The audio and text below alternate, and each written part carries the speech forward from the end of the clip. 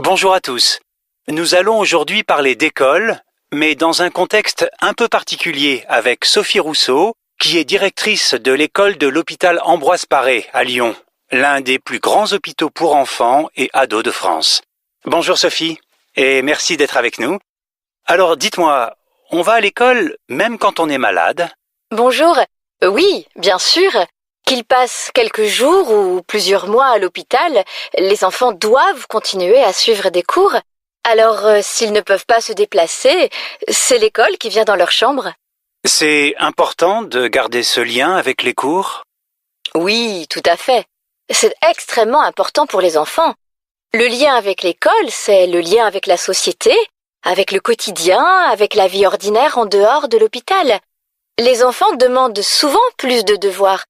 Ça leur permet d'être occupés, car, vous savez, c'est long, une journée dans une chambre d'hôpital.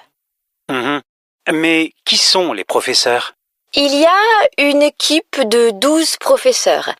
4 sont employés par l'hôpital et sont là toute la semaine, et les autres sont des bénévoles qui viennent environ 2 jours chacun par semaine. Ce sont des professeurs de l'éducation nationale qui ont moins d'heures de travail en échange de leur temps passé à l'hôpital. Et comment vous organisez les cours avec ces enfants qui ne sont pas en pleine forme ? Oh, vous savez, certains ne sont jamais fatigués même avec leurs traitements médicaux. Nous avons une classe et un emploi du temps régulier pour travailler les matières principales comme les maths ou le français, mais l'équipe médicale peut changer ses horaires pour un traitement ou un soin important. D'ailleurs, les cours commencent à 11 heures, ce qui laisse le temps aux infirmiers de faire leur travail avant. Pour les autres matières, on passe dans les chambres, on essaye de réunir 2 ou 3 enfants, c'est moins ennuyeux pour eux.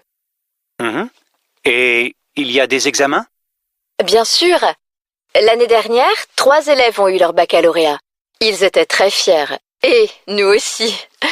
Les 3 sont sortis de l'hôpital maintenant.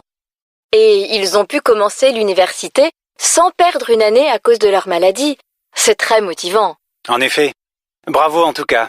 Merci Sophie et à bientôt.